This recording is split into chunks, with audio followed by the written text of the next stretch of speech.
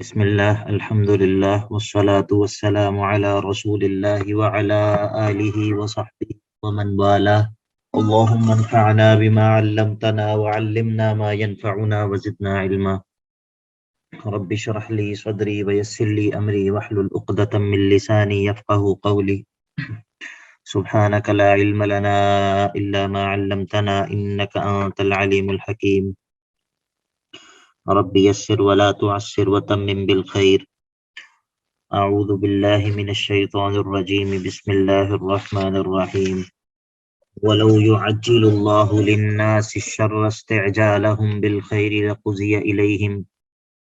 لقضي إليهم أجلهم فنذر الذين لا يرجون لقاءنا في طغيانهم يعمهون. ہماری گفتگو ختم ہوئی تھی اس آیت پر جہاں پر بشارت تھی اور جنتیوں کے حال کا تذکرہ تھا کہ دعواہم فیہا سبحانک اللہم وتحیتہم فیہا سلام وآخر دعواہم ان الحمد للہ رب العالمین. اس کے فوراً بعد اللہ رب العزت نے مشرکین کے لیے وعید کا ذکر کیا ہے. سورہ انفال وغیرہ میں ذکر ہے کہ وہ لوگ جو کہ اللہ کے نبی صلی اللہ علیہ وسلم کی رسالت کو نہیں مانتے تھے وہ اپنے اوپر بد دعائیں کیا کرتے تھے عناد کے انداز میں اور تکبر کے انداز میں. وَإِذْ قَالُوا اللَّهُمَّ إِنْ كَانَ هَذَا هُوَ الْحَقَّ مِنْ عِنْدِكَ فَأَمْطِرْ عَلَيْنَا حِجَارَةً مِنَ السَّمَاءِ أَوْ ائْتِنَا بِعَذَابٍ أَلِيمٍ. تو یہ سورہ انفال میں آیت نمبر 32 میں. تو اللہ رب العزت اس آیت کے اندر تذکرہ کرتے ہیں کہ اللہ تعالیٰ ان کی بد دعائیں ان کے حق میں قبول نہیں کرتا. اگر اللہ تعالیٰ ان کی بد دعاؤں کو بھی قبول کرتا ہوتا تو ان کو اللہ تعالیٰ بڑی جلدی تباہ کر دیتا. لیکن اللہ تعالیٰ ان کی نیکی کی یا خیر کی دعائیں جو ہیں ان کو تو قبول کرتا ہے، لیکن جب یہ اپنے اوپر بد دعا کرتے ہیں تو اللہ تعالیٰ اس کو جلدی قبول نہیں کرتا تاکہ ان کو ہلاک نہ کر دے. تو اللہ تعالیٰ فرماتے ہیں وَلَوْ يُعَجِّلُ اللَّهُ لِلنَّاسِ، اگر اللہ تعالیٰ جلدی کرتا لوگوں کے لیے الشر، شر کو، اگر اللہ تعالیٰ شر کو جلدی ان لوگوں پر واقع کرتا، اگر اللہ تعالیٰ ان لوگوں پر نقصان کو جلدی واقع کرتا، استعجالہم بالخیر، اس طرح کہ جس طرح یہ خیر کو جلدی طلب کرتے ہیں، جس طرح یہ لوگ خیر کو جلدی طلب کرتے ہیں اور خیر ان کو دے دی جاتی ہے، اگر اسی طرح ان کے اوپر شر بھی اسی طرح جلدی واقع کیا جاتا جب یہ شر کا سوال کریں تو لقضی الیہم اجلہم، تو ان کا فیصلہ جو ہے وہ کب کا کر دیا گیا ہوتا، تو ان کا فیصلہ جو ہے وہ ہو چکا ہوتا. لقضی الیہم اجلہم، ان کے فیصلے کو ان کی طرف جو ہے وہ کر دیا گیا ہوتا، ان کا فیصلہ ہو چکا ہوتا. لیکن اللہ تعالیٰ ایسا نہیں کرتا. اگر ایسا اللہ تعالیٰ کرتا ہوتا تو ان کا فیصلہ کر دیا گیا ہوتا، لیکن چونکہ اللہ تعالیٰ ایسا نہیں کرتا اسی لیے ابھی تک یہ لوگ بچے ہوئے ہیں. فنظر الذین، تو پس جو لوگ ہمارے پاس یہ فنظر الذین لا یرجون لقاءنا، ہم چھوڑ دیتے ہیں، نظر الذین چھوڑ دیتے ہیں ہم ان لوگوں کو لا یرجون لقاءنا جو ہماری ملاقات کا ایک عقیدہ نہیں رکھتے. وہ لوگ جو ہماری ملاقات کا عقیدہ نہیں رکھتے ان کو ہم ایسے ہی چھوڑ دیتے ہیں کہ یعمہون فی طغیانہم، کہ وہ بھٹکتے رہتے ہیں اپنی سرکشی میں. یعمہون بھٹکتے رہتے ہیں، فی طغیانہم اپنی سرکشی میں. تو فنظر الذین لا یرجون لقاءنا، ہم ان کو کس حال میں چھوڑ دیتے ہیں؟ اس حال میں کہ وہ اپنی سرکشی میں ہی ٹامک ٹوئیاں مار رہے ہوتے ہیں، بھٹک رہے ہوتے ہیں، ان کے پاس کوئی لاہیا عمل اور کوئی سیدھا راستہ وہ نہیں ہوتا. تو ان لوگوں کو ہم دنیا میں اسی طرح چھوڑ دیتے ہیں. تو اسی کی آیت کے اندر یہ چیز بھی شامل ہے کہ بعض دفعہ انسان غصے میں اپنے آپ کو، اپنے اہل و عیال کو بد دعا دیتا ہے ہلاکت کی، موت کی، تو ان دعاؤں کو اللہ تعالیٰ جو ہے وہ رد کر دیتا ہے اور قبول نہیں کرتا. اور یہ ایسا کیوں ہوتا ہے؟ ایسا اصل میں اللہ تعالیٰ کے رب ہونے کا تقاضا ہے چونکہ وہ رب ہے، جس طرح کہ پچھلی آیت کا اختتام ہوا کہ الحمدللہ رب العالمین، تو علماء نے لکھا ہے کہ جو اس آیت کے اندر ذکر ہوا کہ وَلَوْ يُعَجِّلُ اللَّهُ لِلنَّاسِ الشَّرَّ اسْتِعْجَالَهُم بِالْخَيْرِ، تو یہ اللہ تعالیٰ کی ربوبیت کا اظہار ہے کہ بندے جب خیر کا سوال کرتے ہیں تو خیر تو انہیں دے دیتا ہے، لیکن اگر وہ اپنی حماقت کی وجہ سے شر کا سوال کریں، نقصان کا سوال کریں، تو اللہ تعالیٰ اس کو جو ہے وہ ان کے اوپر جاری نہیں کرتا۔ تو یہاں پر الذین لا یرجون لقاءنا میں یرجونا کا معنی کیا ہے؟ شاید صاحب رجوع کرنا، لوٹتے ہیں، کوئی اور بتائے؟ یقین نہیں رکھتے۔ ہاں شاباش، یقین ہاں بالکل، ہمارے سے ملاقات کی۔ بارک اللہ فیکم، یہاں پر عقیدے اور یقین کے معنی میں ہے، ٹھیک ہے، بارک اللہ فیکم۔ وہ جو آپ نے بتایا ہے عرفان بھائی، آپ نے کیا لفظ بتایا تھا؟ امید کا؟ رجوع کرنا، ہاں نہیں، رجوع کرنا، جو رجوع ہوتا ہے نا اس میں را، جیم اور عین ہوتا ہے، را، جیم اور عین، ٹھیک ہے، اس کا جو روٹ ورڈ ہے نا جس کو ہم کہتے ہیں مادہ یا حروف اصلی، وہ مختلف ہیں۔ تو یہ جو ہے یہاں پر یہ را، جیم اور واو ہیں۔ آج ماشاءاللہ کلاس میں 16 طلبہ ہیں، بلکہ 15، یا کچھ نام نئے بھی نظر آ رہے ہیں ماشاءاللہ آج۔ آئساد بھائی نے ایکشن لیا ہے، میسج کیا تھا۔ تو اگلی آیت کے اندر جو ہے وہ تذکرہ اس چیز کا ہے کہ یہ جو لوگ شر کا سوال کرتے ہیں، نقصان کی دعا کرتے ہیں، یہ اپنے اس نقصان کو مانگنے میں بھی سچے نہیں ہوتے، بلکہ اس میں بھی یہ دل سے نہیں مانگ رہے ہوتے، بلکہ اوپر سے یہ دعا کر رہے ہوتے ہیں۔ تو اس لیے اگلی آیت میں تذکرہ اس چیز کا ہے کہ وَإِذَا مَسَّ الْإِنسَانَ الضُّرُّ دَعَانَا لِجَنبِهِ أَوْ قَاعِدًا أَوْ قَائِمًا وَإِذَا مَسَّ الْإِنسَانَ الضُّرُّ، اور جب پہنچتی ہے انسان کو کوئی مصیبت، کوئی تکلیف، تو دعانا ہمیں پکارتا ہے، لِجَنبِهِ اپنی کروٹ کے بل، او قاعدن یا بیٹھنے کی حالت میں، او قائمن یا کھڑے ہونے کی حالت میں۔ جب انسان کو کوئی تکلیف پہنچتی ہے تو ہمیں اپنی کروٹ کے بل بھی پکارتا ہے، اور بیٹھی حالت میں بھی ہمیں پکارتا ہے، اور کھڑی حالت میں بھی ہمیں پکارتا ہے، ہم سے دعائیں کرنا شروع کر دیتا ہے۔ فلما کشفنا، اور جب ہم دور کر دیتے ہیں، ہٹا دیتے ہیں، عنہ اس انسان سے، ضرہ اس کی تکلیف کو، جب ہم اس تکلیف کو اس سے کھول دیتے ہیں، اس سے دور کر دیتے ہیں، ہٹا دیتے ہیں، تو مرہ یہ ہو جاتا ہے، یہ برقرار رہتا ہے، ہو جاتا ہے، کألم یدعونا کہ گویا کہ اس نے ہمیں پکارا ہی نہیں تھا، الی ضر مسہ بسبب ضر مسہ، الی با کے معنی میں ہے، تو گویا کہ اس نے ہمیں پکارا ہی نہیں تھا اس تکلیف کی وجہ سے جو اس کو پہنچی تھی۔ جب تکلیف آتی ہے تو تب لیٹے ہوئے بھی، بیٹھے ہوئے بھی، کھڑے ہوئے بھی اللہ کو پکار رہا ہے، اللہ تعالیٰ سے دعائیں کر رہا ہے کہ اللہ تعالیٰ اس تکلیف کو ہٹا دے۔ لیکن جب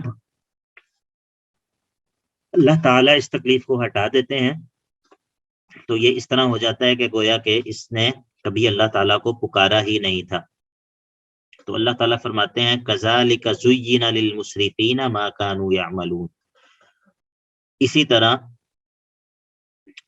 خوشنما بنایا جاتا ہے حد سے گزرنے والوں کے لیے، حد سے گزرنے والوں کے لیے خوشنما بنایا جاتا ہے، زینا خوشنما بنایا جاتا ہے، مزین کیا جاتا ہے، للمسرفین اسراف کرنے والوں کے لیے، حد سے گزرنے والوں کے لیے کس چیز کو خوشنما بنایا جاتا ہے؟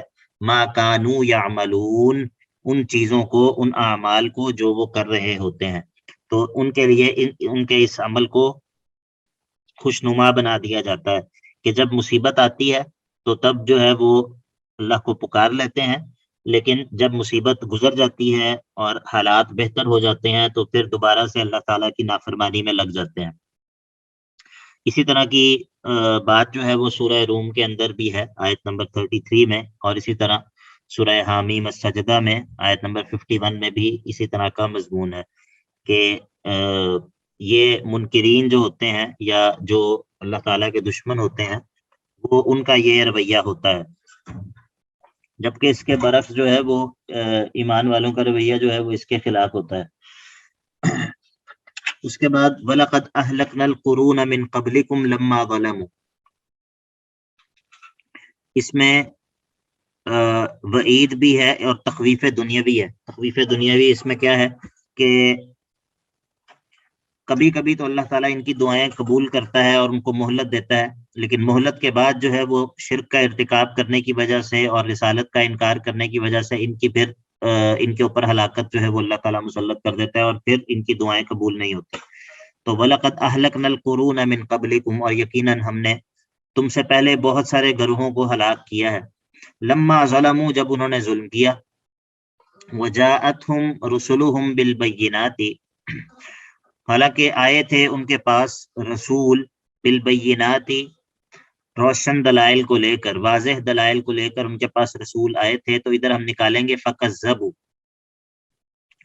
فکذبوہم، انہوں نے ان کی تکذیب کی. جب ان کے پاس وہ رسول روشن دلائل لے کر آئے تو انہوں نے کیا کیا، انہوں نے ان کی تکذیب کی.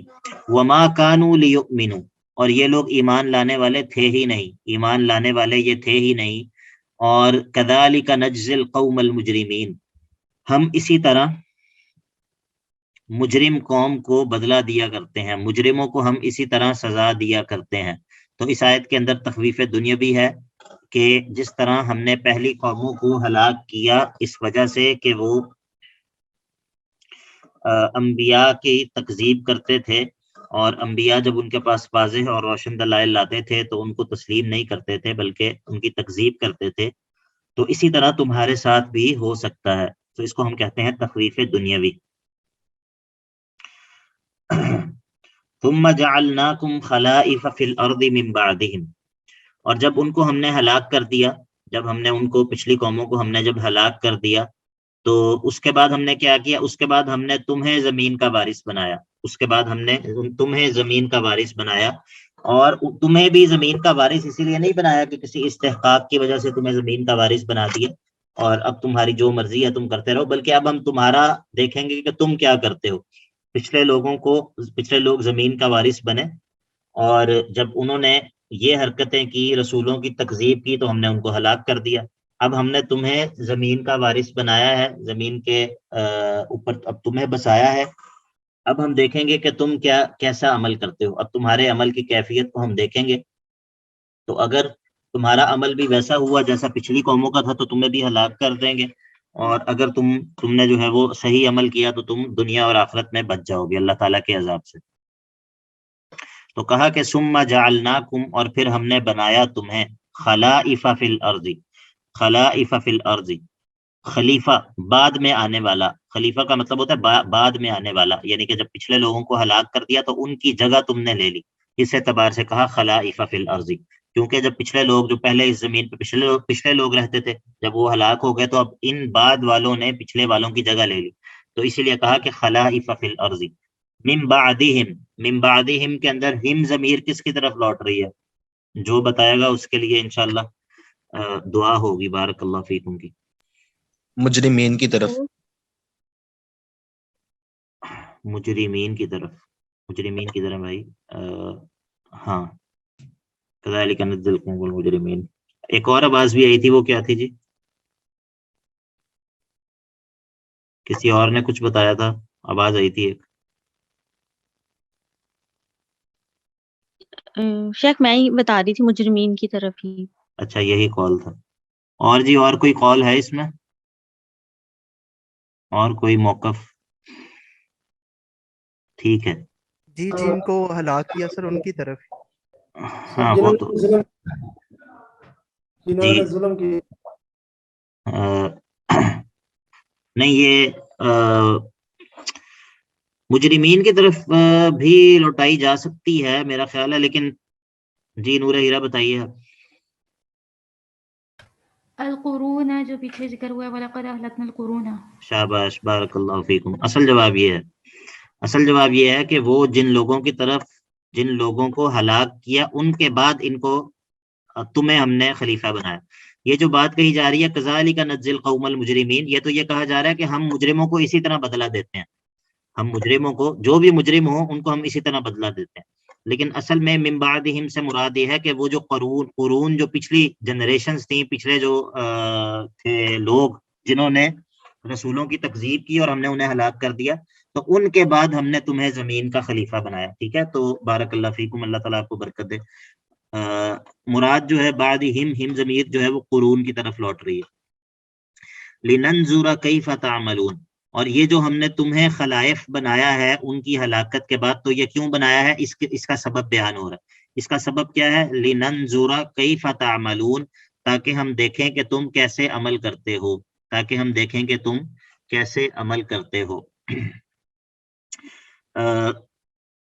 یہ لننظر کا معنی یہاں پر صرف دیکھنا نہیں ہے, بلکہ یہاں پر دیکھنے سے مراد کیا ہے؟ لنمتحن, تاکہ ہم امتحان کریں کہ تم کیسا عمل کرتے ہو.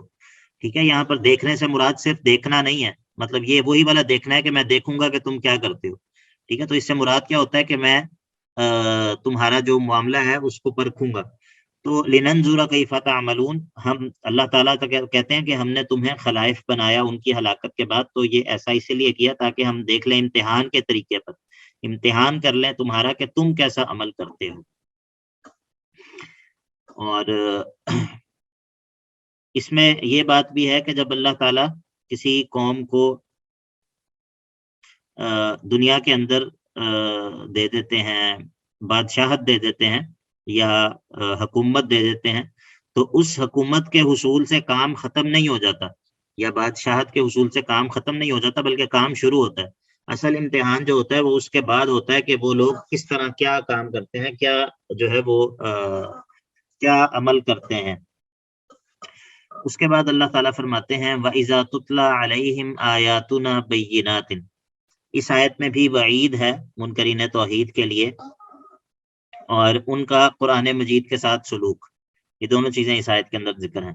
وَإِذَا تُتْلَى عَلَيْهِمْ آيَاتُنَا بَيِّنَاتٍ, اور جب تلاوت کی جاتی ہیں ان پر, علیہم ان پر, مشرکین پر, آیاتنا ہماری آیات, بینات جو کہ روشن اور واضح ہیں, تو قال الذین لا یرجون لقاءنا, قال کہتے ہیں الذین لا یرجون لقاءنا, وہ لوگ جو ہماری ملاقات کا عقیدہ نہیں رکھتے, کیا کہتے ہیں؟ ائت بقرآن غیر ھذا او بدل, یا تو اس قرآن کی جگہ کوئی اور قرآن لے کر آؤ, یا تو ائت بقرآن غیر ھذا, اس قرآن کی جگہ کوئی اور قرآن لے کر آؤ, او بدلہ, یا اس کو تبدیل کرو, یا تو اس قرآن کی جگہ کوئی اور قرآن لے کر آؤ, یا پھر اس میں کوئی ترمیم کرو, اس میں سے توحید کی جو آیات ہیں ان کو نکال دو.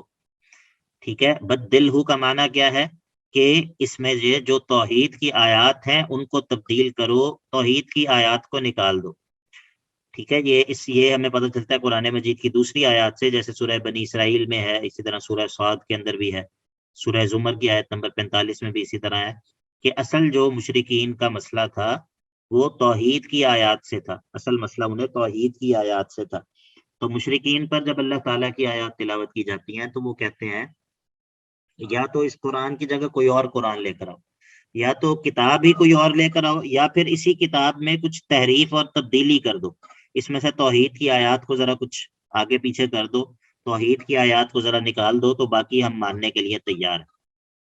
یہ ان کا مطالبہ ہے. تو آگے جو ہے اس کے جوابات ہیں, اس کے جواب میں رسول کیا کہیں. تو قل, اے نبی صلی اللہ علیہ وسلم آپ ان کو کہیے کہ ما یکون لی, میرے لیے تو مجھے یہ حق حاصل نہیں ہے, میں یہ کام نہیں کر سکتا, ان ابدلہ, کہ میں اس کو تبدیل کر دوں, من تلقاء نفسی, اپنی طرف سے, من تلقاء نفسی, اپنی جانب سے میں اس کو تبدیل کر دوں, میں تو یہ کر ہی نہیں سکتا. تو جب میں اسی قرآن میں تبدیلی نہیں کر سکتا تو اس قرآن کو کسی اور قرآن سے کیسے بدل سکتا ہوں. آپ کو بات سمجھ آئی کہ انہوں نے دو چیزوں کا مطالبہ کیا ہے, یا تو اس کی جگہ کوئی اور کتاب لے آؤ, اس قرآن کو کسی دوسرے قرآن سے بدل دو, یا اسی قرآن میں کچھ تبدیلی کر دو. لیکن جو رسول نے جواب دیا ہے انہوں نے صرف اس چیز کا جواب دیا ہے کہ میں اس میں تبدیلی نہیں کر سکتا. ٹھیک ہے, تو جب تبدیلی نہیں کر سکتا تو دوسری کتاب تو بالاولیٰ جو ہے وہ لانا مشکل ہے. جب صرف یہ جو میرے پاس کتاب ہے اس میں تبدیلی کا اختیار نہیں رکھتا, تو اس کتاب کی جگہ کوئی اور کتاب کیسے لے کر آ سکتا ہوں. آپ کو بات سمجھ آ گئی؟ جی سر. اچھا جی, جی بارک اللہ فیک. ان اتبع الا ما یوحى الی, میں تو نہیں اتباع کرتا، میں تو اتباع نہیں کرتا، یہ ان نافیہ ہے، میں تو اتباع نہیں کرتا مگر صرف اس چیز کی کہ جو میری طرف وحی کی جائے، ان اتبع الا ما یوحى الی، میں تو صرف پیچھے پیچھے چلتا ہوں اس کے جو میری طرف وحی کی جاتی ہے، میں یہ کام نہیں کر سکتا کہ میں وحی کے اندر تبدیلی کرنی شروع کر دوں یا اپنی مرضی سے تمہیں کوئی قرآن بنا کر دے دوں، ٹھیک ہے، یہ تم یہ سمجھتے ہو کہ یہ قرآن میں نے اپنی طرف سے بنا لیا ہے تو میں اس میں تبدیلی کا مجاز ہوں، یا میں اس میں تغیر اور تبدیلی اور اس میں تحریف کر سکتا ہوں، یا اس کی جگہ میں تمہاری من پسند کوئی اور چیز لے آؤں، تو بھائی یہ میں اپنی طرف سے تو میں اس کو تبدیل بھی نہیں کر سکتا، نہ ہی میں نے اس کو خود سے تیار کیا ہے یا خود سے لکھا ہے، بلکہ یہ تو میری طرف وحی کی جاتی ہے، اور جو میری طرف وحی کی جاتی ہے میں اس کی اتباع کرتا ہوں، اور اگر میں اس کی اتباع نہ کروں، اگر میں اس کی اتباع نہ کروں تو کیا ہوگا، انی اخاف، میں تو ڈرتا ہوں، ان عصیت ربی، اگر میں اپنے رب کی نافرمانی کروں، عذاب یوم عظیم، یہ عذاب یوم عظیم جو ہے یہ اخافو کے لیے مفعول بھی ہے، کہ میں ڈرتا ہوں، کس سے ڈرتا ہوں، عذاب یوم عظیم، یوم عظیم کے عذاب سے ڈرتا ہوں، ایک ایسے دن سے جو کہ بہت بڑا دن ہے، یا پھر یہ عذاب جو ہے یہ عظیم ان کی صفت بنا لیں گے، یہ اور جو اس کے نیچے کسرہ ہے یہ جر جبار بنا اس کو بنا لیں گے، لیکن یہ عذاب یوم عظیم، یوم عظیم جو ہے یہ قیامت کو بھی کہا جا سکتا ہے، اور عذاب سے مراد اس دن کی جو سختیاں ہیں، تو انی اخاف ان عصیت ربی عذاب یوم عظیم، اگر میں اپنے رب کی نافرمانی کروں تو مجھے اللہ سے عذاب یوم عظیم، بڑے دن کے عذاب کا ڈر لگتا ہے۔ ادھر ان عصیت ربی، اگر میں اپنے رب کی نافرمانی کروں، ادھر نافرمانی سے کیا مراد ہے؟ ہاتھ کھڑا کریں، ہاتھ کھڑا کریں، ہاتھ کھڑا کریں، اس طرح نہیں۔ اچھا جی، جی تنویر حسین آپ بتائیں۔ سر اس میں اسی چیز کے لیے ہے نا جو مشرکین مطلب کہہ رہے تھے یا قرآن کو بدل دے یا اس کے متبادل کوئی لے کے آئے، تو اس کے ریلیٹڈ بارک اللہ فیکم، اس کے علاوہ کوئی اور جواب؟ کوئی اور جواب؟ جی آمنہ ظفر آپ بتائیں، سب سے اوپر آپ کا نام آ رہا ہے۔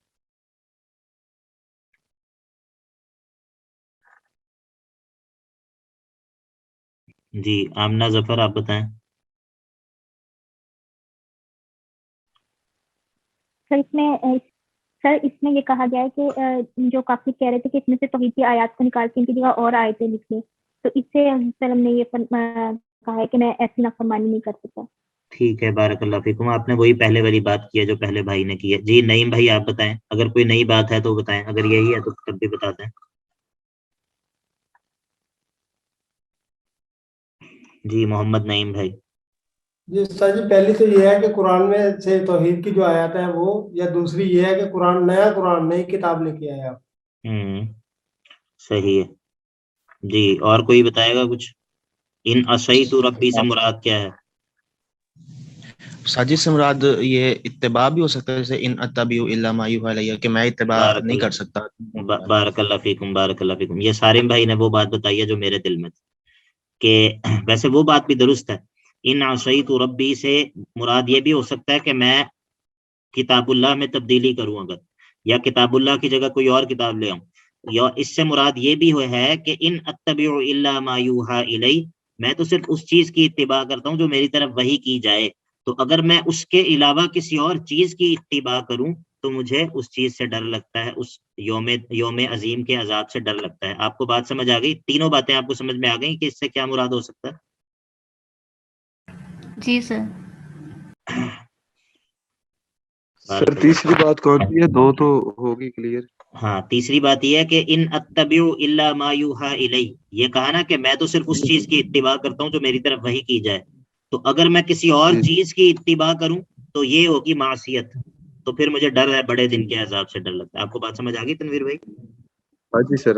اچھا سر ایک چھوٹی سی بات پوچھ رہی تھی، اوپر جو لا آ رہا ہے مطلب اوپر آیت کے، سر اگر ادھر بندہ تلاوت کے دوران اگر رکتا نہیں ہے، مطلب رک جاتا ہے، تو اس کا پھر مطلب تبدیل ہو جاتا ہے؟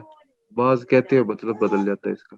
نہیں، اس کا مطلب یہ ہے کہ یہاں پر جو ہے وہ رکا جا سکتا ہے، لیکن نہ رکنا بہتر ہے۔ ٹھیک ہے. سر ترجمے میں تو کوئی مطلب نہیں اس میں نہیں تبدیلی ہوتی ہے. ترجمے میں اس سے تبدیلی نہیں ہوتی.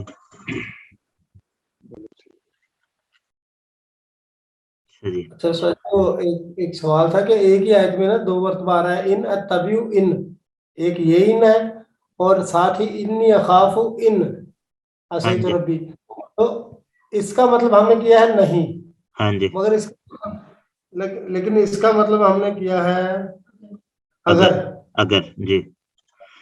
سر جی ایک ہی دونوں چیزیں ہیں تو ہم مطلب علیحدہ علیحدہ لے رہے ہیں نا، اس پہ تھوڑا روشنی ڈال دیں. اس پہ یہ ہے کہ ان جو ہے یہ کئی طرح کا ہوتا ہے. بعض دفعہ ان ہوتا ہے نافیہ، بعض دفعہ ان ہوتا ہے شرطیہ، ٹھیک ہے. بعض دفعہ و ان ہوتا ہے وصلیہ، اور اسی طرح بعض دفعہ ہوتا ہے مخففہ من المثقلہ. تو یہ سیاق جو ہے وہ بتاتا ہے کہ یہاں پر ان کون سا ہے. مثال کے طور پہ ان اتبع الا ما یوحى الی، تو یہ جو استثناء آ رہا ہے اللہ کے ذریعے، جو استثناء ہو رہا ہے اللہ کے ذریعے جو استثناء ہو رہا ہے، تو یہ نفی کے بعد ہی ہوتا ہے. استثناء جو اللہ کے ذریعے ہوتا ہے یہ نفی کے بعد ہوتا ہے، ٹھیک ہے. میں اتباع نہیں کرتا مگر اس چیز کی جو میری طرف وحی کی جاتی ہے.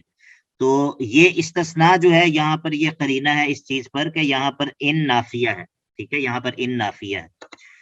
یہاں پر انی اخاف ان عصیت ربی، میں ڈرتا ہوں عذاب یوم عظیم، بڑے دن کے عذاب سے. کب ڈرتا ہوں؟ اگر میں اپنے رب کی نافرمانی کروں، ٹھیک ہے. تو یہاں پر جو ہے وہ ان اگر کے معنی میں ہے، اور یہاں پر ان جو ہے وہ نافیہ ہے. تو دونوں کی شکل اگرچہ ایک ہے لیکن ان میں بہت فرق ہے. دونوں کی شکل اگرچہ ایک ہے لیکن ان میں بہت فرق ہے. اور عربی زبان کے اندر جس طرح میں نے آپ کو بتایا کہ ان کبھی جو ہے وہ وصلیہ ہوتا ہے، اگرچہ کے معنی میں ہوتا ہے، اور اسی طرح ان جو ہے وہ کبھی شرطیہ ہوتا ہے. اسی طرح کبھی جو ہے وہ مخففہ من المثقلہ ہوتا ہے، یعنی کہ انہو کے معنی میں ہوتا ہے، انہو کے معنی میں. تو ان نافیہ بھی ہوتا ہے. تو یہ ساری چیزیں جو ہوتی ہیں وہ سیاق جو ہوتا ہے، کانٹیکسٹ جو ہوتا ہے، وہ ہمیں بتاتا ہے کہ یہاں پر ان کون سا ہے. یا یہ صرف ان کی بات نہیں ہے، صرف ان کی بات نہیں ہے. کئی جو الفاظ ہوتے ہیں وہ 2 3 معنی ہوتے ہیں، 3 سے زیادہ بھی ہوتے ہیں، مختلف معنی کے لیے استعمال ہو رہے ہوتے ہیں. تو یہ کانٹیکسٹ جو ہے وہ اس کا تعین کرتا ہے کہ یہاں پر کون سا لفظ مراد ہے. ٹھیک ہے نعیم بھائی؟ ماں کی سمجھ نہیں آتی، بسا اوقات سوالیہ. تو یہ آہستہ آہستہ انشاءاللہ عرفان بھائی آہستہ آہستہ اس کی سمجھ آنی شروع ہو جائے گی. آپ کوشش کرتے رہیں انشاءاللہ. ایسا ہی ہوتا ہے خاص طور پہ جب بندہ آغاز میں ہوتا ہے نا، طلب علم کے آغاز میں جب ہوتا ہے تو اس طرح ہی ہوتا ہے. چیزیں آہستہ آہستہ سمجھ آنی شروع ہوتی ہیں، آہستہ آہستہ انسان کا ذہن کھلتا ہے. اور اگر بندہ جو ہے وہ بد دل ہو کے پہلے چھوڑ دے اور وہ طلب علم کے راستے سے ہٹ جائے تو پھر کبھی بھی سمجھ نہیں آتی. لیکن اگر انسان جڑا رہے اور انسان کوشش کرتا رہے اور سیکھتا رہے اور غور کرتا رہے تو آہستہ آہستہ انسان جو ہے وہ عربی کے اسلوب سے واقف ہو جاتا ہے، اور پھر وہ خود بھی پہچان لیتا ہے کہ یہاں پر جو ہے وہ یہ لفظ جو ہے وہ کس کانٹیکسٹ میں ہے اور کیا بن رہا ہے. ٹھیک ہے.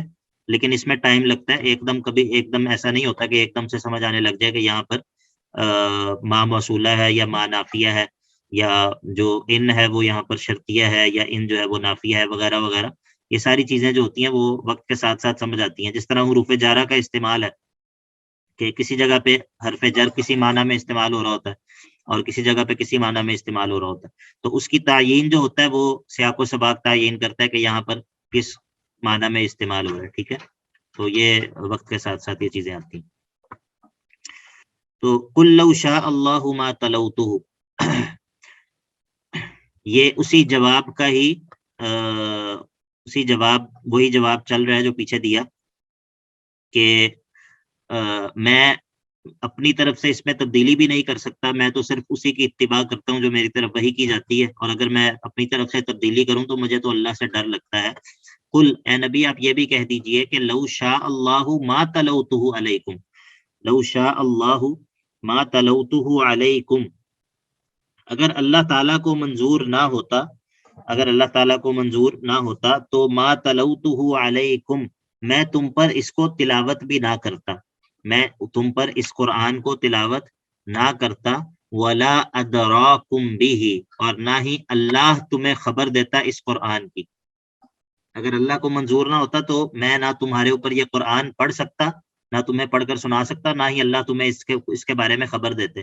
تو یہ اسی چیز کا پچھلے جواب کا ہی جو ہے نا وہ اس کا ہے، وہی جواب جاری ہے کہ اگر یہ قرآن میری اپنی طرف سے ہوتا، میں نے خود سے بنا لیا ہوتا، تو میں پھر اس میں تبدیلی کر بھی سکتا، لیکن یہ میں نے اپنی طرف سے تو شروع بھی نہیں کیا. یہ اس کا ایسا بھی نہیں کہ اس کا آغاز میں نے اپنی طرف سے کیا ہو، بلکہ اس کا آغاز بھی اللہ رب العزت نے ہی کیا ہے. تو میں اس میں تبدیلی کیسے کر سکتا ہوں؟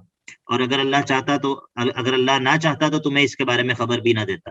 تو اگر تم یہ سمجھتے ہو کہ یہ میں نے بنا لیا ہے، اگر تم یہ سمجھتے ہو کہ یہ میں نے خود اپنی طرف سے بنا لیا ہے، تو فقد لبثت فیکم عمرا من قبلی، تو یقیناً گزارے ہیں، لبثت میں رہا ہوں، فیکم تمہارے اندر، عمرا من قبلی ہی ایک زندگی، من قبلی ہی اس سے پہلے، اس قرآن کو تمہیں سنانے سے پہلے میں نے تمہارے اندر ایک زندگی گزاری ہے، 40 سال میں نے تمہارے اندر گزارے ہیں. افلا تعقلون، کیا تم عقل نہیں کرتے کہ جب میں 40 سال تک تمہارے اندر رہا اور میں نے، اس کے دو معنی ہیں. ایک معنی تو یہ ہے کہ اگر میں نے یہ حرکت کرنی ہوتی کہ اپنی طرف سے ایک کتاب بنا کے تو تمہارے سامنے پیش کرنی ہوتی، تو کیا زندگی میں پہلے کبھی میں نے ایسا کیا؟ کیا زندگی میں پہلے کبھی میرے سے تم نے ایسی چیز دیکھی کہ میں نے کسی کے ساتھ اس طرح کا فراڈ کیا ہو؟ تو جب میں نے زندگی میں پہلے کبھی ایسا نہیں کیا تو میں اب کیسے کر سکتا ہوں کہ 40 سال کے بعد میں نے ایک کتاب جو ہے وہ اپنی طرف سے بنا لی. دوسرا یہ ہے کہ میں تمہارے اندر 40 سال رہا ہوں، تم جانتے ہو کہ میں لکھنا پڑھنا نہیں جانتا، میں لکھنا پڑھنا نہیں جانتا، نہ میں نے کسی سے تعلیم حاصل کی ہے، نہ انسانوں میں سے میں نے کسی سے تعلیم حاصل کی ہے، تو میں کس طرح اپنی طرف سے ایک کتاب بنا کے تمہارے سامنے پیش کر سکتا ہوں؟ ایک معنی اس کا یہ بھی ہے کہ فقط لبثت فیکم عمرا من قبلہ، میں نے تمہارے اندر ایک عمر گزاری ہے اس سے پہلے، اور تم نے دیکھا ہے کہ میں صداقت اور امانت کے کس اونچے درجے پر فائز ہوں. میں نے کبھی انسانوں پر جھوٹ نہیں بولا، کبھی انسانوں کے بارے میں نے غلط بیانی نہیں کی. تو یہ کیسے ہو سکتا ہے کہ میں اللہ تعالیٰ پر غلط بیانی کروں اور اللہ تعالیٰ پر جھوٹ باندھنا شروع کر دوں؟ تو جب میں نے انسانوں پر جھوٹ نہیں باندھا تو میں اللہ پر جھوٹ باندھوں گا. تو فمن ازلم ممن افترا علی اللہ کذبا او کذب بآیاتہ، تو اس سے بڑا ظالم کون ہوگا جو اللہ پر جھوٹ باندھے؟ اگر تم یہ سمجھتے ہو کہ میں نے اپنی طرف سے یہ کتاب بنا لی ہے اور میں یہ کہتا ہوں کہ یہ اللہ کی طرف سے ہے، تو فمن ازلم ممن افترا علی اللہ کذبا او کذب بآیاتہ، فمن ازلم، کون بڑا ظالم ہوگا، ممن، اس شخص سے کہ جو شخص افترا باندھے جھوٹ، علی اللہ، اللہ پر، کذبا، اس حال میں کہ وہ جھوٹ باندھنے والا ہو، او کذب بآیاتہ، یا تو اگر تو کوئی بندہ اللہ پر جھوٹ باندھے وہ بھی بہت بڑا ظالم ہے، اور میں نے اللہ پر جھوٹ نہیں باندھا. او کذب بآیاتہ، یا جو بندہ اللہ تعالیٰ کی آیات کی تکذیب کرتا ہے تو وہ بھی بہت بڑا ظالم ہے جو تم کر رہے ہو. دو چیزیں، ایک تو چیز یہ ہے کہ میں نے اللہ پر جھوٹ نہیں باندھا، اللہ پر جو جھوٹ باندھے وہ بہت بڑا ظالم ہے، اور میں نے اللہ پر جھوٹ نہیں باندھا. اور جو شخص اللہ تعالیٰ کی آیات کو جھٹلا دے وہ بھی بہت بڑا ظالم ہے، اور یہ کام تم کر رہے ہو. انہ لا یفلح المجرمون، اور بے شک جو مجرم ہے وہ اللہ کے عذاب سے بچ نہیں سکتے. لا یفلح المجرمون عن عذاب اللہ یا من عذاب اللہ، فلاح نہیں پا سکتے جو مجرم ہے، وہ کس چیز سے فلاح نہیں پا سکتے؟ اللہ کے عذاب سے بچ نہیں سکتے. آپ کو اس جملے کی سمجھ آئی ہے؟ فمن اظلم ممن افترى علی اللہ کذبا او کذب بآیاتہ. جی سر. استاد جی جی وعلیکم السلام. اس سے پچھلی آیت جو ہے کل لو شاء اللہ ما تلوتہ علیکم، اس کا ترجمہ ذرا ایک دفعہ دوبارہ بتا دیں مجھے. آپ نے کہا کہ اگر اللہ نہ چاہتا، جی تو لو کا معنی نہ لیا ہے؟ نہیں، اصل میں یہ ہوتا ہے کہ جو لو جو ہوتا ہے نا، لو یہ اس معنی میں استعمال ہوتا ہے کہ جو اس کے بعد جو ہوتا ہے نا، لو کے فوراً بعد جو جملہ ہوتا ہے یہ نفی کے معنی میں ہوتا ہے. ٹھیک ہے، لو شاء اللہ، اگر اللہ نہ چاہتا تو ما تلوتہ، میں تم پر تلاوت نہ کرتا. ٹھیک ہے، تو اللہ نے چاہا ہے تو میں تم پر تلاوت کر رہا ہوں. لو شاء اللہ ما تلوتہ علیکم، اگر اللہ نہ چاہتا تو میں تمہارے اوپر اس قرآن کو تلاوت نہ کرتا. ٹھیک ہے، اگر آپ یہ منع کریں، اگر اللہ چاہتا تو میں تم پر تلاوت نہ کرتا، اگر اللہ چاہتا تو میں تم پر تلاوت نہ کرتا، تو یہ معنی درست نہیں ہے، ٹھیک ہے. تو لو کے بعد جو جملہ ہوتا ہے اس کی نفی سے اگلے جملے کی نفی جو ہوتی ہے وہ آ رہی ہوتی ہے. لو کے بعد والے جملے سے اگلے جملے کی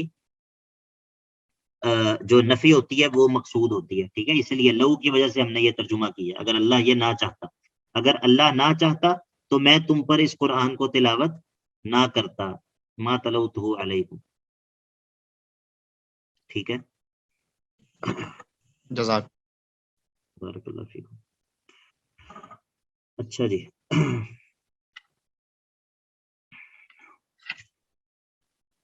وَيَعْبُدُونَ مِن دُونِ اللَّهِ مَا لَا يَضُرُّهُمْ وَلَا يَنفَعُهُمْ وَيَقُولُونَ هَؤُلَاءِ شُفَعَاؤُنَا عِندَ اللَّهِ قُلْ أَتُنَبِّئُونَ اللَّهَ بِمَا لَا يَعْلَمُ فِي السَّمَاوَاتِ وَالْأَرْضِ. اچھا یہ آیت نمبر 17 پہ فمن اظلم ممن افترى علی اللہ کذبا او کذب بآیاتہ، یہاں پر جو سورت کا پہلا باب ہے وہ ختم ہو گیا ہے.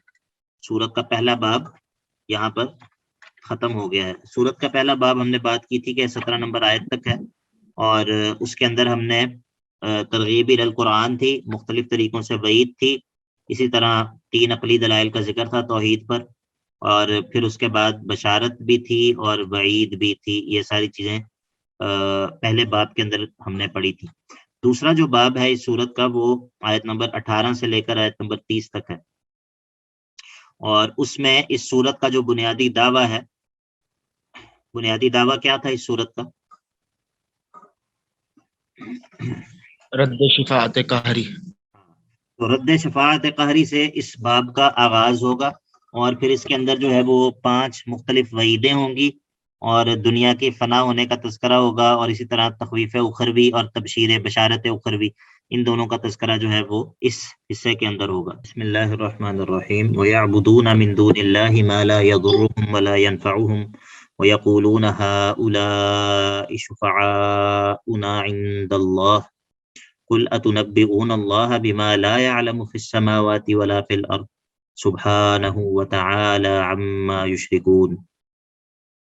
وَيَعْبُدُونَ مِن دُونِ اللَّهِ، اور عبادت کرتے ہیں یہ لوگ اللہ کے علاوہ ان لوگوں کی، کہ من دون اللہ، اللہ کے علاوہ ان لوگوں کی عبادت کرتے ہیں کہ ما لا یضرہم، جو نہیں نقصان پہنچا سکتے ہیں ان لوگوں کو، ولا ینفعہم، اور نہ ہی انہیں کوئی نفع پہنچا سکتے ہیں. اللہ کو چھوڑ کر یہ ان کی عبادت کرتے ہیں کہ جو نہ ان کو نفع پہنچا سکتے ہیں نہ ہی ان کو نقصان پہنچا سکتے ہیں.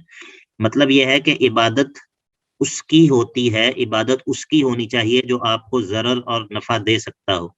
جو آپ کو ضرر اور نفع ہی نہیں دے سکتا، جو اتنا بے اختیار ہے، وہ اس قابل ہی کیسے ہو گیا کہ اس کی عبادت کی جائے؟ وہ معبود کیسے ہو سکتا ہے؟ تو وَيَعْبُدُونَ مِن دُونِ اللَّهِ، یہ لوگ عبادت کرتے ہیں اللہ کے علاوہ، اللہ کو چھوڑ کر، ایسی چیزوں کی کہ جو لا یضرہم ولا ینفعہم، نہ ان کو نقصان دے سکتی ہیں اور نہ ہی ان کو نفع دے سکتی ہیں. اور وَيَقُولُونَ، اور یہ کہتے ہیں کہ هَؤُلَاءِ شُفَعَاؤُنَا عِندَ اللَّهِ، یہ اللہ کے ہاں ہمارے سفارشی ہیں، یہ اللہ کے ہاں ہماری شفاعت کریں گے. یہ سورت کا دعویٰ ہے. تو قل، اے نبی آپ کہہ دیجئے، اتنبئون اللہ، کیا تم اللہ کو خبر دیتے ہو ایک ایسی چیز کی کہ بما لا يعلم فی السماوات ولا فی الارض، کیا تم اللہ کو ایسی چیز کی خبر دیتے ہو کہ اللہ اس کو نہ آسمانوں میں جانتا ہے نہ ہی زمین میں جانتا ہے؟ یعنی کہ جس چیز کے بارے میں اللہ کو نہ آسمانوں میں خبر ہے نہ زمین میں خبر ہے، کہ کوئی ایسے بھی لوگ ہیں جو کہ اللہ کے علاوہ معبود ہوں، یا کوئی ایسے بھی شفعاء ہیں جو اللہ سے کسی کو چھڑا سکتے ہوں، تو کیا تم اللہ کو ان کے بارے میں خبر دے رہے ہو جن کے بارے میں اللہ کو خبر نہیں ہے؟ تو اللہ تعالیٰ کو کسی چیز کی خبر نہ ہونا یہ کنایا ہے ان چیزوں کے عدم وجود سے، کیونکہ جو کچھ بھی ہے اللہ تعالیٰ کے علم کے اندر جو ہے وہ ہے، موجود ہے. اللہ تعالیٰ کے علم سے کوئی بھی چیز خارج نہیں ہے. تو جب تم اللہ تعالیٰ کے بارے میں اللہ تعالیٰ کی طرف ایسی چیزوں کی نسبت کر رہے ہو کہ جس کا اللہ کو علم نہیں، تو معنی یہ ہے کہ وہ چیزیں موجود ہی نہیں. کوئی ایسے شفعاء موجود نہیں ہیں جو کہ اللہ سے کسی کو زبردستی چھڑوا سکتے ہوں، یا اللہ تعالیٰ جن کی وجاہت کی وجہ سے یا جن کی محبت کی وجہ سے کسی کو چھوڑ دینے کے لیے مجبور ہو.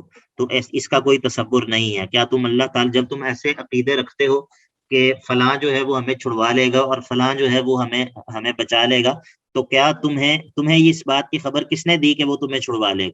ٹھیک ہے، تو اللہ تعالیٰ تو نہ آسمانوں میں کسی کو ایسا جانتا ہے نہ زمین میں جانتا ہے. سبحانہ و تعالی، سبحانہ وہ ذات پاک ہے کس چیز سے؟ اپنے علاوہ، اس کے علاوہ کسی اور کی عبادت سے، کہ اس کے علاوہ بھی کوئی عبادت کا حقدار ہو. و تعالی، اور وہ بلند تر ہے اس چیز سے کہ اس سے کوئی زبردستی کسی کو چھڑوا سکتا ہو. وہ پاک ہے اپنے ساتھ شرک سے، اور بلند ہے اس چیز سے کہ کوئی زبردستی اس سے کسی کی سفارش کر سکتا ہو. عما یشرکون، ان چیزوں سے اللہ تعالیٰ پاک اور بلند ہے جو شرک یہ لوگ کرتے ہیں. تو اس آیت کے اندر دونوں چیزوں کا تذکرہ ہوا ہے، اللہ تعالیٰ کے علاوہ اوروں کی عبادت کا بھی، اور یہ شفاعت قہری کے عقیدے کا بھی اس آیت کے اندر رد ہوا ہے. تو مختلف طریقے سے جو ہے وہ رد ہوا ہے. ایک تو طریقہ یہ ہے کہ یہ معبود نفع اور نقصان نہیں دے سکتے. دوسرا یہ کہ اللہ تعالیٰ کو تو اپنی مخلوق میں ایسا کوئی معلوم نہیں جو زبردستی شفاعت کر سکتا ہو، تو تم اللہ تعالیٰ کو ایسی چیزوں کے بارے میں خبر دیتے ہو جو موجود ہی نہیں ہے. اور تیسرا پھر یہ کہا کہ سبحانہ و تعالی، اس طرح بھی رد کیا. یہ جو سفارش ہوتی ہے یہ 3 طرح کی ہوتی ہے. ایک تو یہ ہوتی ہے کہ محبت کی سفارش، محبت میں سفارش کی جاتی ہے کہ ایک بندہ جو ہے وہ کسی دوسرے کا بڑا محبوب ہے، تو یہ جو محبوب ہے یہ سفارش کرتا ہے محب کے لیے، محب کے سامنے سفارش کرتا ہے، اور محب جو ہوتا ہے وہ اس محبوب کی سفارش کو رد نہیں کر سکتا، وہ مجبور ہوتا ہے اپنی محبت کی وجہ سے کہ اس کی بات کو تسلیم کرے. دوسری شفاعت ہوتی ہے شفاعت بالوجاہت، یعنی کہ کوئی بہت مرتبے والا ہے، کوئی بڑی فضیلت والا، کوئی بڑے مرتبے والا شخص ہے میرے نزدیک، تو میں اس کی بات نہیں ٹال سکتا اس کے مرتبے کی وجہ سے کہ یار یہ تو بہت وجاہت والا، بڑے مرتبے والا شخص ہے، اس کی بات کا کس طرح انکار ہو، چلو اس کی بات مان لیتے ہیں. تو یہ دونوں طرح کی سفارشیں جو ہیں یہ اللہ تعالیٰ کے حق میں تسلیم کرنا یہ بالکل شرک ہے، تو اسی لیے یہ اسی کا رد ہے. ایک شفاعت ہوتی ہے بالاذن. بالاذن شفاعت یہ ہوتی ہے کہ جس کی طرف سفارش کی جاتی ہے اس نے اذن دے رکھا ہوتا ہے کہ میرے سے یہ شخص سفارش کر سکتا ہے، اور اس شخص کے حق میں، اس طرح کے شخص کے حق میں سفارش کر سکتا ہے، اور اگر یہ شخص سفارش کرے تو میں اس کی سفارش پر جو ہے وہ مجرم کو چھوڑ دوں گا. تو اس کو کہتے ہیں شفاعت بالاذن. تو یہ شفاعت جو ہے وہ درست اور ثابت ہے.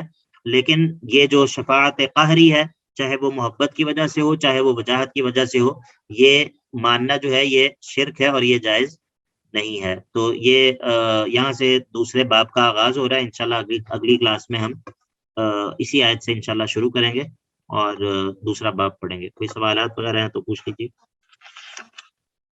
جی پوچھیں. شیخ دوسرے باب کے جو سبجیکٹ جو آپ نے بتائے ہیں وہ سارے لکھوا دیں فائنلی.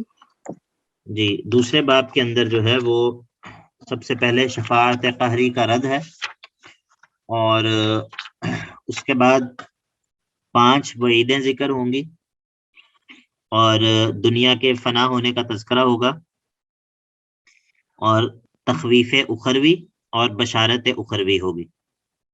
ٹھیک ہے، رد علی شفاعت القہری اور 5 وعیدیں، دنیا کے فنا ہونے کا تذکرہ، تخویف اخروی اور بشارت اخروی انشاءاللہ. اچھا سر، یہ باب جو ہے ان کی تقسیم کس لحاظ سے کی گئی ہے؟ مطلب عنوان کے لحاظ سے کی گئی ہے یا یہ پہلے بھی یہ بات میں نے 2-3 مرتبہ دہرائی ہے کہ یہ جو ابواب کی تقسیم ہے یہ ایک اجتہادی تقسیم ہوتی ہے، یہ ایک اجتہادی تقسیم ہوتی ہے. اس کا یعنی کہ یہ کوئی ایسی چیز نہیں ہے جو اللہ کے نبی کی طرف سے مقرر کی گئی ہو. یہ مضامین کے اعتبار سے سورت کے مضامین کو سمجھنے کے لیے ایک اجتہادی تقسیم ہوتی ہے. اور جس طرح ہماری یہ جو 30 پاروں کی جو تقسیم ہے، 30 پاروں کی جو تقسیم ہے، آپ جانتے ہیں یہ 30 پاروں کی تقسیم جو ہے یہ مطلب ہماری ادھر رائج ہو چکی ہے، لیکن یہ ایک اجتہادی تقسیم ہے. یہ ایک اجتہادی تقسیم ہے جو کہ عرصے سے چلی آ رہی ہے، اور مقصد اس کا یہ تھا کہ جو لوگ 30 دنوں میں قرآن مجید ختم کرنا چاہیں وہ اس کا اعتبار کریں. لیکن اس کے اندر تو بعض دفعہ مضمون بالکل اگنور ہو جاتا ہے، بلکہ آپ نے دیکھا ہے کہ ایسی مثالیں بھی تو ہیں کہ آخری آیت جو ہے وہ ایک سورت کی ہے اور اگلی آیت سے دوسرا پارہ شروع ہو رہا ہے. ٹھیک ہے، تو یعنی کہ وہ پاروں کی تقسیم کے اندر جو ہے وہ مضمون کا اعتبار نہیں ہوتا. لیکن یہ جو ابواب کی تقسیم ہے اس کے اندر مضامین کے اعتبار سے یہ ایک تقسیم کی جاتی ہے، اور اس کا مقصد جو ہوتا ہے وہ صرف سورت کے مضمون کو چھوٹے چھوٹے سیگمنٹس میں ڈیوائڈ کر کے سمجھنا مقصود ہوتا ہے. ٹھیک ہے جی سر، بہتر ہو گیا. جی سارم بھائی. استاد جی میں نے پوچھنا تھا، 2-3 سوال تھے، میں اکٹھے پوچھ لیتا ہوں. ایک کہ اطمینان کا مطلب کیا ہے، دوسرا اطمینان کا تعلق مومنین کے ساتھ خاص ہے، اور اگر نہیں ہے تو جو ہم نے آیت نمبر 7 پڑھی ہے سورہ یونس کی، اس میں اللہ نے کہا مشرکین کے لیے کہ وَاطْمَأَنُّوا بِهَا، اس کے بارے میں ذرا بتا دیں، کیونکہ قرآن میں ایک ہی جگہ پہ آیا کہ الا بذکر اللہ تطمئن القلوب، اور یہاں پر آیا ہے کہ انہوں نے دنیا کی زندگی کے ساتھ خود کو طمانینت بخشی ہے. تو طمانینت کا تعلق مومنین کے ساتھ خاص ہے، یا یہ مطلب اس کا معنی کے اعتبار سے یہ ڈفرنٹ جگہوں پر صادر آتا ہے؟ جو طمانینت ہے یہ مختلف چیزوں کی طمانینت ہوتی ہے. الا بذکر اللہ تطمئن القلوب، الا تطمئن القلوب بذکر اللہ، الا تطمئن القلوب بذکر اللہ. تو دلوں کی جو حقیقی زندگی ہے، دلوں کا اطمینان اور حقیقی زندگی یہ اللہ کے ذکر میں، اللہ کی یاد میں ہے. تو یہ ایک تو یہ اطمینان ہے. اور بعض دفعہ جو ہے وہ اطمینان صرف کسی چیز کے ساتھ جو ہے نا وہ جس طرح ہم کہتے ہیں کسی چیز پر تسلی سے لگ کر بیٹھ جانا، کسی چیز سے جڑ جانا، کسی چیز پر دل جما کر بیٹھ جانا، اس معنی میں بھی اطمینان استعمال ہوتا ہے. تو وہ جو الا بذکر اللہ تطمئن القلوب کے اندر اطمینان مراد ہے، وہ اطمینان صرف ایمان والوں کے لیے، وہ اطمینان صرف ایمان والوں کے لیے ہے. اس معنی کے اندر اطمینان جو ہے وہ صرف ایمان والوں کے لیے ہے. لیکن یہاں پر جو وَاطْمَأَنُّوا بِهَا ہے، یہ لغوی طور پہ اطمینان کا لفظ بولا گیا ہے، ادھر وہ اصطلاحی اطمینان مراد نہیں ہے. لغوی معنی میں کیا ہے کہ کسی چیز پر جم جانا، کسی چیز پر دل لگا کر بیٹھ جانا. تو وَاطْمَأَنُّوا بِهَا کا مطلب یہ ہے کہ یہ دنیا کے ساتھ ہی دل لگا کر بیٹھ گئے ہیں، دنیا کے ساتھ ہی مطمئن ہو کر بیٹھ گئے ہیں، دنیا کے ساتھ ہی لگ کر بیٹھ گئے ہیں. معنی یہ ہے. ٹھیک ہے، جو اصطلاحی اطمینان ہے وہ مراد نہیں ہے. البتہ وہ جو آپ نے جو پہلا سوال کیا کہ کیا یہ مومنوں کے ساتھ خاص ہے، تو جی ہاں، یہ ایمان والوں کے ساتھ خاص ہے، بلکہ ایمان والوں میں سے بھی جو ایک خاص درجے کے مومن ہوتے ہیں ان کے ساتھ خاص ہے. سب ایمان والوں کو بھی یہ اطمینان قلب نصیب نہیں ہوتا، لیکن جو اللہ تعالیٰ کی معرفت رکھنے والے لوگ ہوتے ہیں اور جو اللہ تعالیٰ کی محبت کے اندر جو لوگ ترقی کرتے ہیں ان کو یہ اطمینان قلب حاصل ہوتا ہے. جس طرح سلف میں سے ایک عالم کا یہ قول ہے کہ واللہ لو يعلم الملوک وابناء الملوک ما نحن فیہ لجالدوا علینا بالسیوف، کہ اللہ کی قسم اگر بادشاہوں کو اور بادشاہوں کے شہزادوں کو یہ پتہ چل جائے کہ ہم کس نعمت میں ہوتے ہیں اور ہماری کس کیفیت میں ہوتے ہیں تو وہ تلواریں لے کر ہمارے اوپر ٹوٹ پڑیں. یعنی کہ وہ مراد کیا ہے ان کی کہ ہم ایسے اطمینان قلب میں اور ایسی پر لذت کیفیات میں ہوتے ہیں کہ جو ان لوگوں کو اندازہ ہی نہیں ہے. تو یہ ہاں، یہ چیزیں جو ہوتی ہیں یہ ایمان والوں کے ساتھ خاص ہوتی ہیں. یہ آیت نمبر 7 کے اندر جس اطمینان کا تذکرہ ہوا ہے یہ لغوی معنی میں ہے. ٹھیک ہے، لغوی معنی میں اطمینان کسی چیز پر جم کر بیٹھ جانا. ٹھیک ہے، ٹھیک ہے جی، جزاک اللہ. بارک اللہ فیکم. چلیے جی اکمل بھائی. السلام علیکم. وعلیکم السلام. سر آیت نمبر 12 کے آخر میں حد سے گزر جانے والوں کے لیے ان کے اعمال خوشنما بنا دیے گئے، تو اس کی وضاحت کر دیجیے گا، خوشنما بنانے سے کیا؟ خوشنما بنا دیے گئے سے مراد یہ ہے کہ یہ جو مشرکین یہاں پر بات ہو رہی ہے نا، مشرکین کی بات ہو رہی ہے. خوشنما بنا دیے جانے سے مراد یہ ہے کہ وہ اپنے اعمال کو برا سمجھ کر رہے ہوتے ہیں، غیر اللہ کے نام کی نظر و نیاز، غیر اللہ کے نام پہ جو ذبح کر رہے ہوتے ہیں یا غیر اللہ کے نام کے چڑھاوے چڑھا رہے ہوتے ہیں. کیا یہ اپنے کاموں کو برا سمجھ کر رہے ہوتے ہیں؟ ہاں، اچھا سمجھ کر رہے ہوتے ہیں اور بڑے فخر سے کر رہے ہوتے ہیں. تو ان کی نظر میں یہ اعمال خوشنما ہی ہوتے ہیں نا، تو یہ مراد ہے کہ ان کے لیے ان کے یہ اعمال خوشنما بنا دیے جاتے ہیں. چلیے، بارک اللہ فیکم. السلام علیکم ورحمۃ اللہ.